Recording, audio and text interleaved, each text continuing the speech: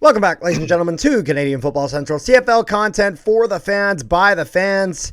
And we have an interesting video coming up. It's the CFL Awards. So we are recording this Friday evening. I was at the Grey Cup Festival for a while today. I'm not going to lie. It was an absolute blast. And I'm hoping to be able to do a video on that coming out in the next few days. Probably around maybe a little bit after the actual Grey Cup game itself. Just a recap of all the festivities and whatnot. But we're here today to talk about CFL Awards. We're also going to have two other videos coming out today. One on the signing of Mike O'Shea and also one on the State of the League address by Stuart Johnson. But we're here to talk about the CFL Awards first. So before we get into that, make sure you guys leave a like on the video, share it around, and subscribe. And also make sure you guys join the Discord. Link in the description below to the Discord channel. All sorts of CFL chatter on there, as well as NHL and other sports. So make sure you guys tune in there, as really trying to grow a CFL community on there. Would love to see you guys join up and keep the conversation going. So, Rick, shall we get started with the first one I see announced here on their Instagram, which was the most outstanding defensive player. The finalists for this were Matthew Betts of the BC Lions and Julian Hauser, of the Hamilton Tiger Cats. And the winner was Matthew Betts. Hold on. I would like to see what the voting was for this. Because we know the voting for some of these awards, not all of them. So, I'm telling you, and I'm swearing to God, this is pretty much because he is effing Canadian. Because I'm going to compare the two stats across the line. So, Hauser had one more tackle than Betts did. Betts had 2 tackle for loss to 0. He had 2 sacks, more than Hauser did. Hauser had 1 interception, 1 touchdown, and Betts had no interceptions and no touchdowns. So Betts had 2 more forced fumbles than Hauser, but Hauser had more fumble recoveries. So I would like to know, I'm going to see if I can try to get my hands on it, what the media's numbers were for this. Because in my honest opinion, it should have been Julian Hauser that won and not Betts. So I'm looking at the stats here because I'm curious. So when it comes to defensive tackles, Hauser is up by just 1. So basically neck and neck. Yeah. Sacks, Matthew Betts is up by 2. By 2. To be fair, though, I would argue a sack is worth a little bit more than a tackle. There's a little bit more weight attached to it. However, Hauser does have an interception and a touchdown, which Matthew Betts does not. Which, in my opinion, would be worth more than a sack. I would say the touchdown would. I would not say the interception. Okay, hold on. I'm gonna rebuttal that because so let me ask you this. So you're trying to tell me that an interception is not worth more than a sack? Because let me phrase this. Because if you are, say, Nathan Rourke, on your 10-yard line, you throw the interception, he runs it up 5 yards to return to the 5-yard line. Both throws a touchdown. You know what? And 6 points there. Yeah, no, that's true. It's a turnover. On the touchdown, that's another 6 points. So now, I would here. Can I say something that I would say is fair then? I think that's a good argument that an interception can be worth more than a sack. I would say I would agree with you on one exception. Okay. If the sack forces a fumble. If the sack forces a fumble, I would argue it's as good as an interception. Is that a fair thing? Because it causes a turnover. I think that's a fair thing. And then a touchdown, a touchdown should be weighted highly. It's a touchdown. Forced fumbles, Matthew Betts has 4, Hauser's got 2. Yeah, I have to imagine this is where I'd be really curious about the voting. I'm okay that Matthew Betts is given the award here, but I understand the frustration as Hauser, he does have very, very good numbers, and I there's a very convincing argument to be made for him.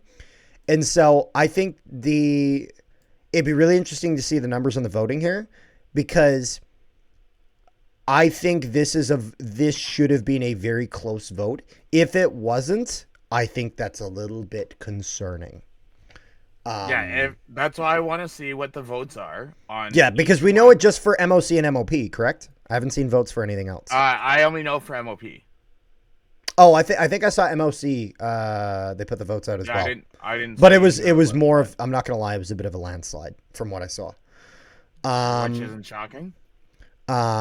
Which I would say generally I'm okay that it's a landslide. Like I understand why.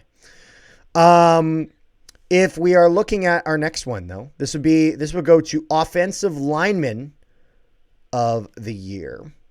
And that would go between Jamarcus Hardrick and Brandon Revenberg.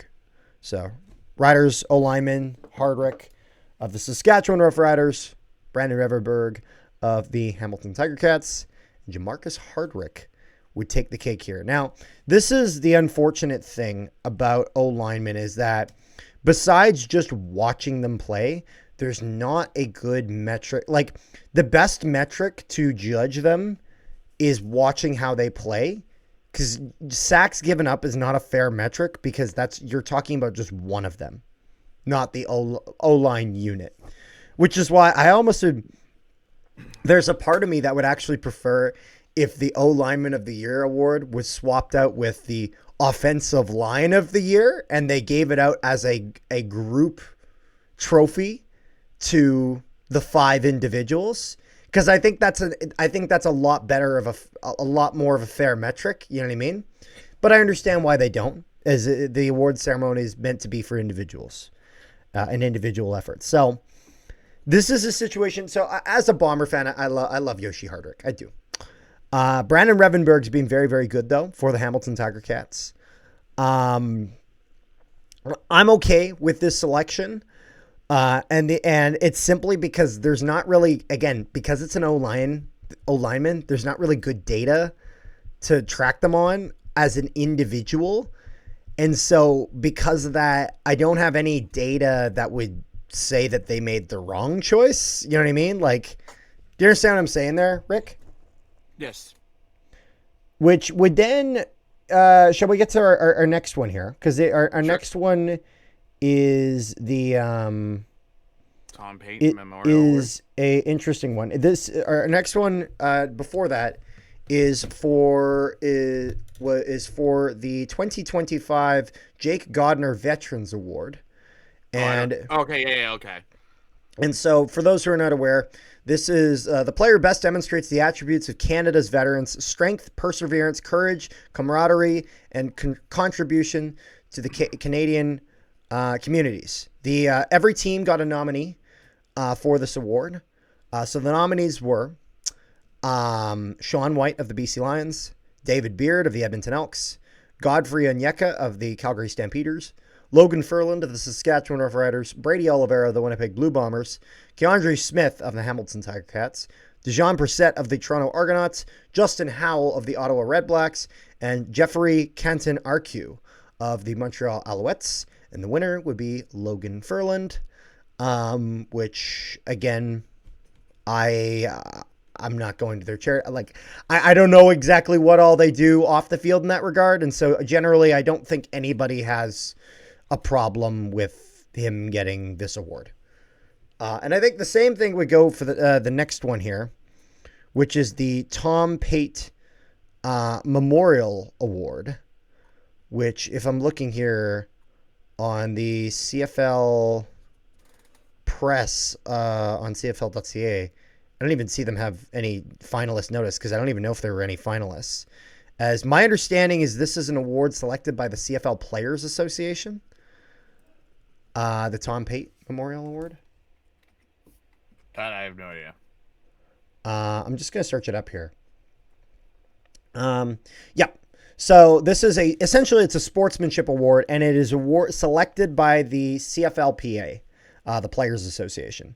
So it makes sense that there's no finalists here, and this is just a straight decision made by the Players Union.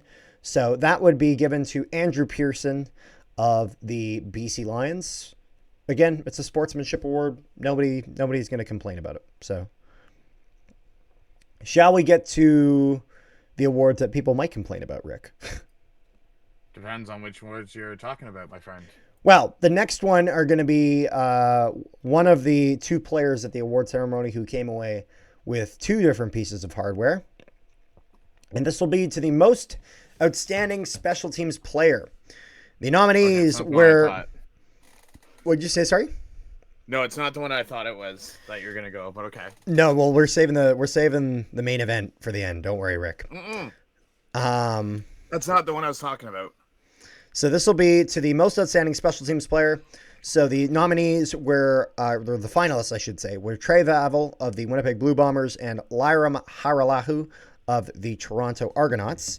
And Trey Vavel of of the Winnipeg Blue Bombers would win this award. So if we're going to go to look at and compare some of their stats, obviously we're comparing a kicker and a kick returner here. So obviously it's going to be a certain level of discretion with them being different positions. But Trey Vavel, looking at his return game specifically, why are they only showing his defensive stats?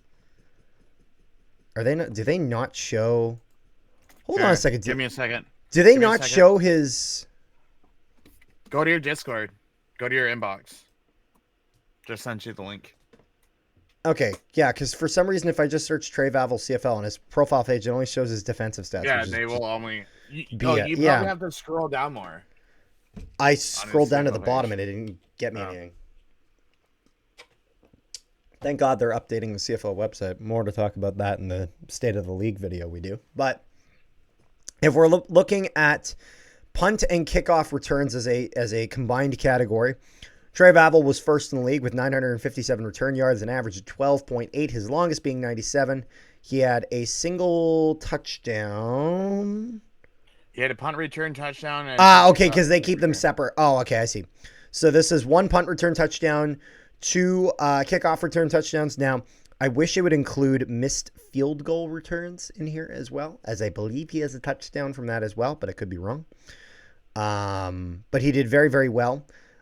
He had a very, very high average as far as kickoff return yards. Not the highest in the league, as Uzziah Wooden had a higher average, as did Seven McGee and Mario Alford. And then also James Letcher Jr. Keep in mind, though, that a lot of them did not have the same number of games played, but just an interesting thing there. But yeah, Trey Vavel, especially as a rookie, was just truly outstanding here. And he had done very, very well. Now, Haralahu, very interesting story. So he's 35, one of the older players in the CFL. And his percentage this year was good, but was actually slightly lower than it was last year. It was 89.1%. And in 18 games played. Can I just make one thing?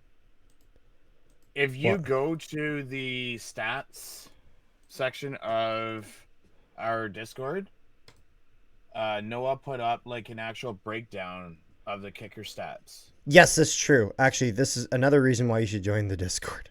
There's all of our stats. Then you'll be able to go more in deep. Yeah, no, he really goes in depth with that. He's fantastic. I've seen it. I'm actually going to take a look at this now. Haralahu had the third highest field goal percentage at 89%. He was tied with Jose Maltos Diaz, only behind Mark Leggio and Sean White. His longest was a 56-yarder. He had made 57 on 64 attempts. So he had the second highest attempts. Maltos Diaz was the only one with a higher amount of attempts. And under 20 yards, he was 6 for 6. From 20 to 39 yards, he was 26 for 28. From 40 to 49 yards, he was 13 for 15. And 50 plus yards, he was 12 for 15. He hit all but one point afters. And so all in all, he was a very, very consistent force in the league. And so I think the argument though for like, and now I say this as a Bomber fan, so take that with a grain of salt. I understand. I believe Trey Vavel was the right decision for this, for the reason that I think people wouldn't really argue that at least this season Trey Vavel was the best returner in the league. Now, Rick, off camera the other day, you did bring up a good point that this maybe could have been a different story if someone like Uzziah Wooden had played the entire season. That could be true, but we just have to go with what we have. So I believe they made the right choice. What do you think, Rick? I mean, it is what it is. Because my argument is that Haralahu led kickers in some categories, but then there are other metrics that made other kickers look better than he did. You know what I wish we could do that the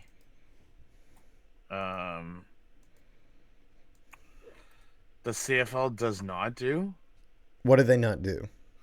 The fact that, like, NHL, you can go and see, like, rookies for, like, the season, whereas this one you can't sort by rookies. Well, hopefully, again, we're getting a revamped CFL website, so hopefully. No, but you know what I mean, though. It would make, because there's another argument that I want to make for another category, but I need to see like what like the actual rookie numbers are. Yeah, no, I understand that. I think, and I hope that maybe in some of the new content that they're doing and the new ways they're hoping to integrate the website and incorporate stats and all sorts of stuff, that's something that can happen. But in that regard, we'll have to see. So Trey Vavel, though, would go double duty, as he would then, the next award would be for the most outstanding rookie, and this would go between Trey Vavel and Devin Veresuk. Veresuk of the Hamilton Tiger Cats, Trey Vavel of the Winnipeg Blue Bombers. I don't need to go over Vavel stats as I just did. Devin Veresuk of the Hamilton Tiger Cats had done very well. Now, does his because he had defensively, he had 66 defensive tackles, 3 special teams tackles, and 2 sacks, 1 interception, and he had 2 touchdowns and a forced fumble. And a tackle for loss. So here's my thing is, and this is where kind of you have your opinion, I have my opinion is. Okay. You're going to say Devin Veresuk. Or sorry, Vavel. I'm going to say Veresuk. Veresuk was third in teams tackles. Keep in mind, one of the players above him is not even on the team anymore, so technically second. Are you saying in the league or just in the Ticats? No, I haven't gotten to the league yet. That's just the Ticats. Okay, he's third on the team. Third on the team, if you don't count Kyle Wilson, because Kyle Wilson's not on the team anymore, he's technically second. If you look league-wise, this guy is 18th across the whole CFL in his first season. Yeah. So, I mean, you could make... That is very impressive. You can make a case for any one of the players, either or. Can I make my counterpoint? No, go ahead. I'm just saying. I am going to say Vavel. No, that's true.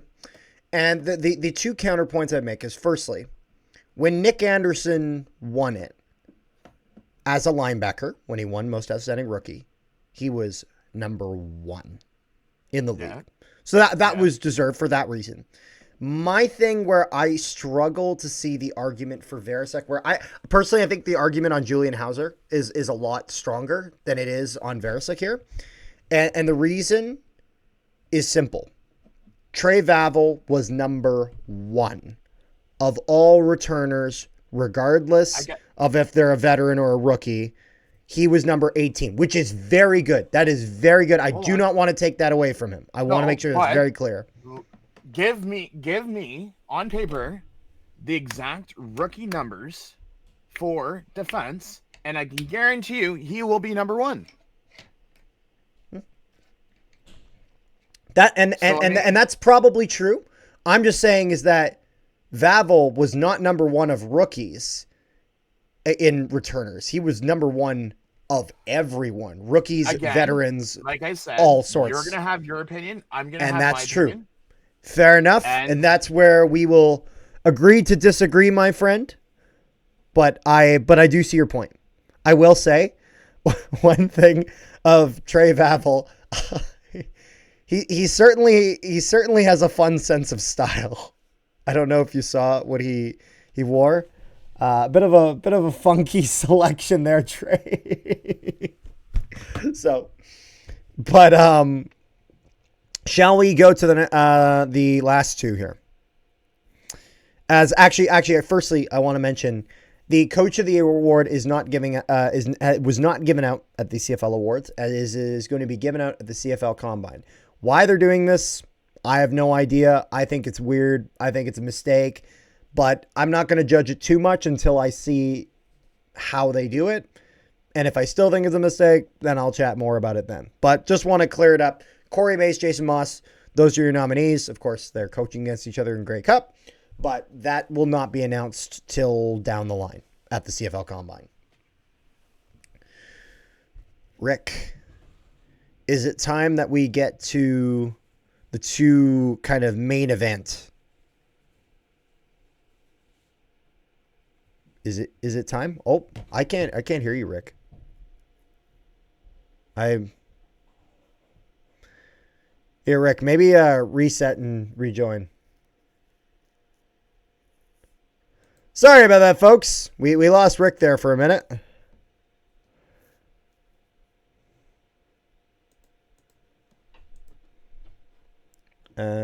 Let me just oh shit, I accidentally had to send a new link here. We're gonna get back in just a second here. We have a bit of a funky way that we do things here. Rick, can you hear me now? I can hear you now. There we go. Lovely. I'm not sure what happened there. So what? It's probably the USB drive on the front of my computer. I want to say let's go with MOC first and save the MOP for the main event. Yeah, and I will say I am trying to find the. Do you remember who posted the voting for MOP? Because I remember the tweet I saw here. Oh, okay, here we go. Who was it? Okay, no, I actually got the tweet up here because it had MOC on it as well. So yeah, I didn't see who the MOC was. It was Jamie and I who posted it. So I mean, he had a vote in it. So that's a valid source. I trust that. So the MOC would go between Nathan Rourke of the BC Lions and Isaac Adeyemi Birkeland of the Montreal Alouettes. And MOC went to Nathan Rourke, and it was not close. Out of 53 people, do you know how many votes Nathan Rourke got? Oh, I know. I just saw the tweet, so I do know. He got 50. It was a 50-3 landslide for Nathan Rourke. Nathan Rourke was the man who got it. And there's a good reason for that. As I mean, if we take a look here, I'm just going to pull Nathan Rourke's stats up.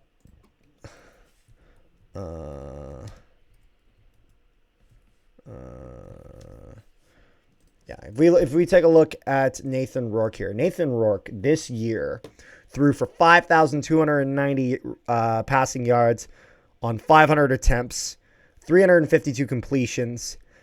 He had 31 touchdowns, 16 interceptions, 10.6 yards on average. He had a career year in every way. He was just fantastic. Rushing, he was still very good. 61 carries for 564 yards. He had an average of 9.2, 10 rushing touchdowns, with the longest a 70-yard rush, which brings his total up to 5,854, I believe. I did that math in my head. I think that's correct. If you add up his passing and rushing yards, he was just fantastic. Isaac Adiemi-Berglund, he had done very well, but this really was a no contest. He had 29 defensive tackles, 1 special teams tackle, 11 sacks, and 1 touchdown. That's very good numbers. The problem is that when you're a quarterback and you put up that kind of numbers, you unless you're God himself, you're not going to beat it no matter how good your stats look, just because of the impact quarterbacks have on the game. And so I think the right choice was made here, and I'm not surprised, but I don't think someone like Isaac Adiemi-Berglund should hang their head in shame, as this is not a factor. This is not a factor of them not being good enough. This is a factor of Nathan Rourke was just on another level, and if you weren't a quarterback, you just didn't have a chance at stopping him. What is your thoughts on that, Rick? On the MOC? I mean, I'll just wait to the next one because I have more thoughts on that one than I do this one. I know you have more thoughts on that one. Which then brings us to the main event of the evening. The only thing that I will say about this one is, yeah, it's like comparing apples to oranges. You're trying to compare a quarterback to a defensive line, and this is stats. And this is also why I am a fan of the idea of going to a O-line award, because it's easier to compare them as a unit than as individuals. You know what I mean? I think that's fair to say, because you could say a sack is a all of them are at fault if they give up a sack. It's hard to pin that on just one. Like, there's no actual hard numbers that they put right down on whose fault it is for a sack. You know what I mean? Whereas if there's a sack, that's a tick against every O lineman there. So, but anyways, that brings us to MOP. As where do we begin? Nathan Rourke, as this is the George Reed MOP, as it was named, between Nathan Rourke of the BC Lions and Bo Levi Mitchell for the second consecutive year being the finalist out of the East for the Hamilton Tiger Cats. And Nathan Rourke is the 2025 CFL George Reed Most Outstanding Player. Now, what this means is a few things. Firstly, the West swept the awards. The East did not get a single award. Not only that, all of the CFL awards were won by one of 3 teams: the BC Lions, the Saskatchewan Roughriders, and the Winnipeg Blue Bombers. Nobody else won anything. And that is a fact that has rubbed some people the wrong way. Now, I personally am of the mindset of don't argue with that. Argue on a case-by-case basis, in the sense of you can have a crazy coincidence where that's all the case. I think the better argument, if you're going to argue against it, is saying this award right here is a great example of the wrong winner won. And I know that that's the argument you're about to make right here. So I just named all of Nathan Rourke's stats. I'm just going to put Bo Levi Mitchell's out there, and then just so it's in the ether, and then you can rebut. Sound fair, Rick? Fair. So, Bo Levi Mitchell this year recorded 5,296 passing yards. That is his 3rd highest season, although to be fair, Bo Levi Mitchell has played a lot more seasons than Nathan Rourke has. So there's that. He had 428 completions on 626 attempts, 36 touchdowns, 11 interceptions, with an average of 8.5 yards per pass. In regards to rushing, he had 21 carries for 124 rushing yards. He had 1 rushing touchdown, and he had an average of 5.9, with his longest being a 14-yard rush. Rick, the floor is yours. So, I'm going to say this as politely as I can. It does kind of sting that he lost 2 straight years. There's that. But the fact that all of Nathan Rourke's touchdowns, rushing touchdowns, that is, are all within the 5-yard line. I don't care what anyone says. You can't compare. So that. would you say that this is the same argument going against like short yardage quarterbacks, in the sense of if a short yardage quarterback has 10 touchdowns, how much are those really worth if they're like fucking 2 yards away? You know what I mean? Because I understand that argument. That's a fair argument. Because that was actually that was the same argument I said against a guy like Brady Oliveira, where people were asking, well, he didn't have many touchdowns. I'm like, well, what if he rushes the entire field and then they bring in the short yardage quarterback to do the touchdown? Are we really saying that touchdown has more weight than rushing the ball 100 yards before that? Look at Dustin Crum. Dustin Crum had 11 rushing touchdowns. Yeah. But my whole thing is, people can say, well, you guys didn't beat top teams. You guys only beat the worst teams. I don't give two shits whatsoever. Hamilton was number 1 in the East. BC was number 2. They couldn't beat the number 1. Also, what else does Bo have to prove in this league to be named MOP? He put up the best quarterback numbers last year. He put up the best quarterback numbers this year. I will actually, I have one question. What do you mean by best quarterback numbers? What metric exactly? Okay. So, if you go and you look at, because I see he does have passing. Yeah. Well, I'm not debating last year, just because I want to focus on this year. No, I'm saying 2 years in a row. Okay. He's had more passing yards, more passing touchdowns, 3 more than Claris had, and he was number 2 last year. I'm telling you, if Bo puts up another stellar season like this again next year, and this guy does not win, I'm telling you right now, the media has something against Bo, because there is no effing way that someone puts up 15,000 yards in 3 seasons and does not get fucking MOP. I don't care what anyone fucking says. Yeah. Last year, so what is it? Last year was because we never made the playoffs. This year's because Nathan Rourke's the poster boy of the league, and he has to get his flowers. I will say, what's it going to be next year? Can I say one thing? I think you have a better reason to be upset this year than you did last year. As I think there were two big factors for last year. The big factors for last year is, firstly, Brady Oliveira was having record-shattering number season. Like, it's not often you see a running back have that level of input, and it was a combination of that with the fact that the Ticats missed the playoffs. But to your point, the Ticats made the playoffs this year, and they finished first in the East. And so that's no longer an argument this year. Here's my other point is, yep, Bo is now in the top 10 in all of CFL, set a record for that. Set a career record for most yards thrown in a game in a season. Yep. Passed that with flying colors. Most touchdowns in his career. Like, what more? Like, does this guy have to throw 50 freaking touchdowns next year just to win the damn award? Like, you know what I mean? Rick's like, do we have to fire a running back and have him do all the running plays too for him to get it?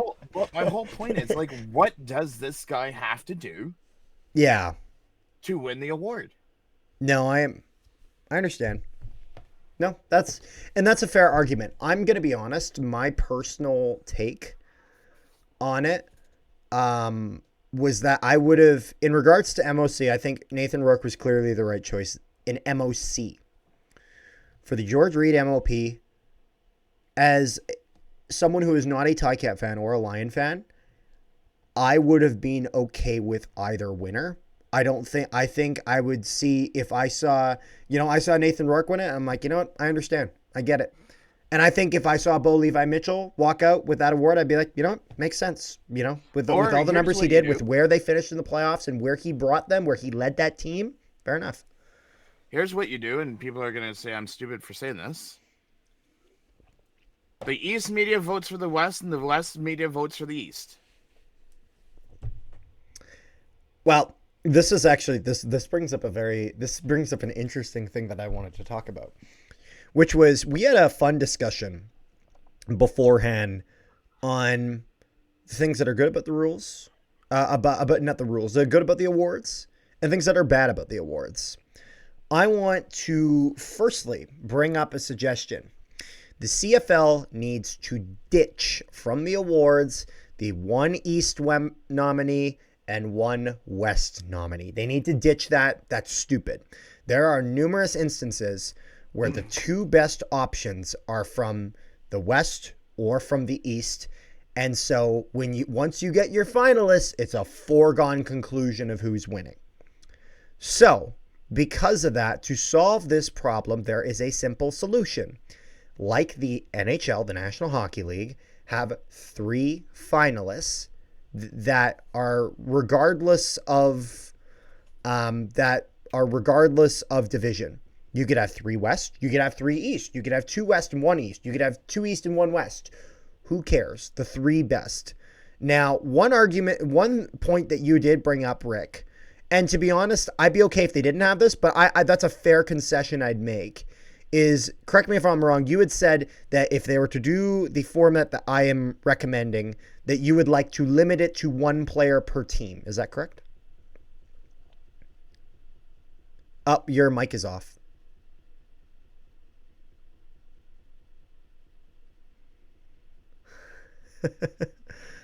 Oh boy.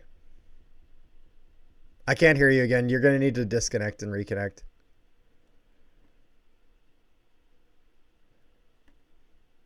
I can't hear you, Rick. You're going to need to... Rick, I'm disconnecting you. You can rejoin.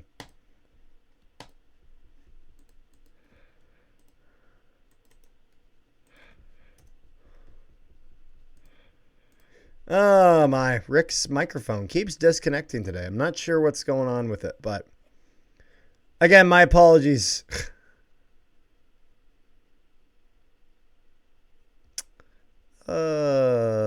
Technical difficulties. Oh. Hello.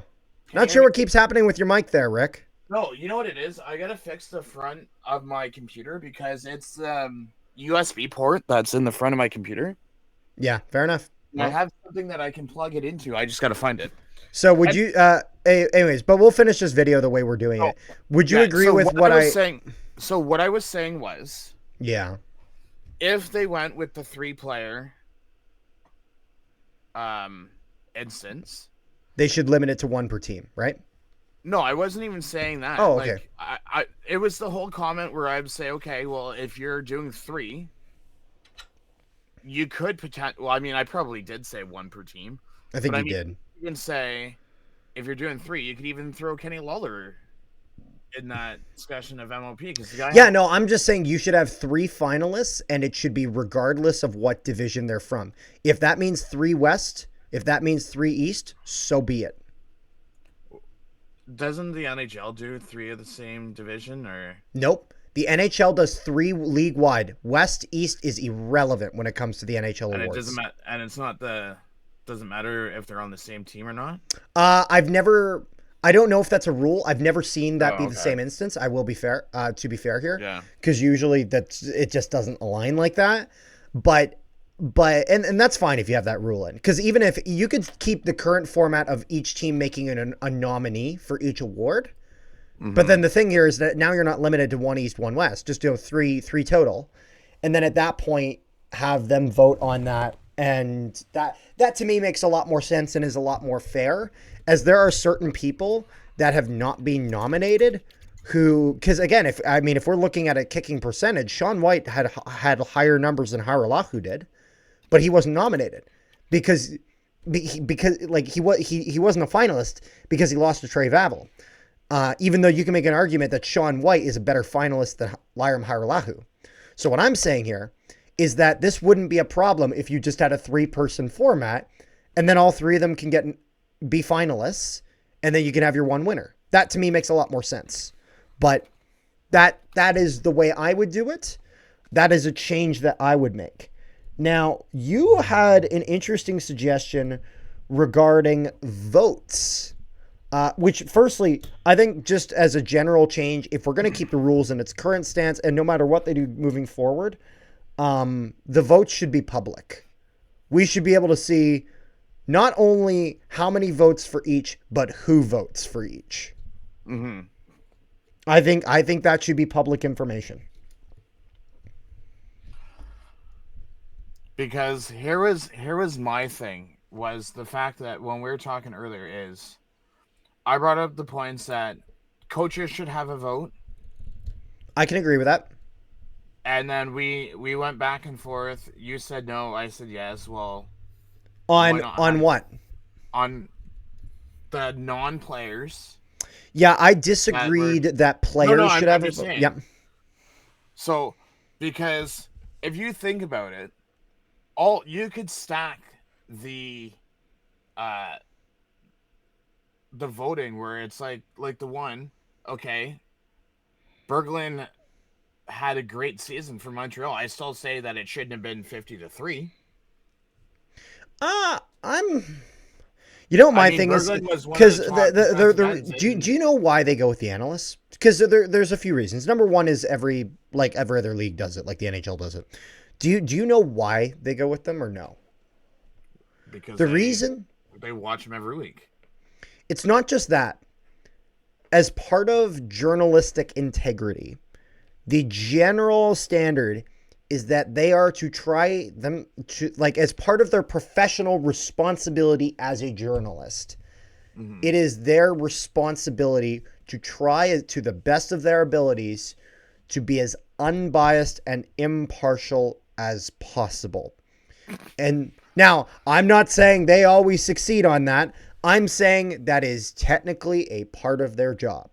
And I know a lot of people are probably laughing their asses off right now, being like, bullshit. You know what I mean? And fair enough. You're trying to tell me. I'm not trying to tell. I'm not names trying out to. there. No, I'm just using what you said as an example. Yeah. You're trying to tell me that, say, I don't know, a Toronto sports writer ain't gonna vote for his own Toronto player.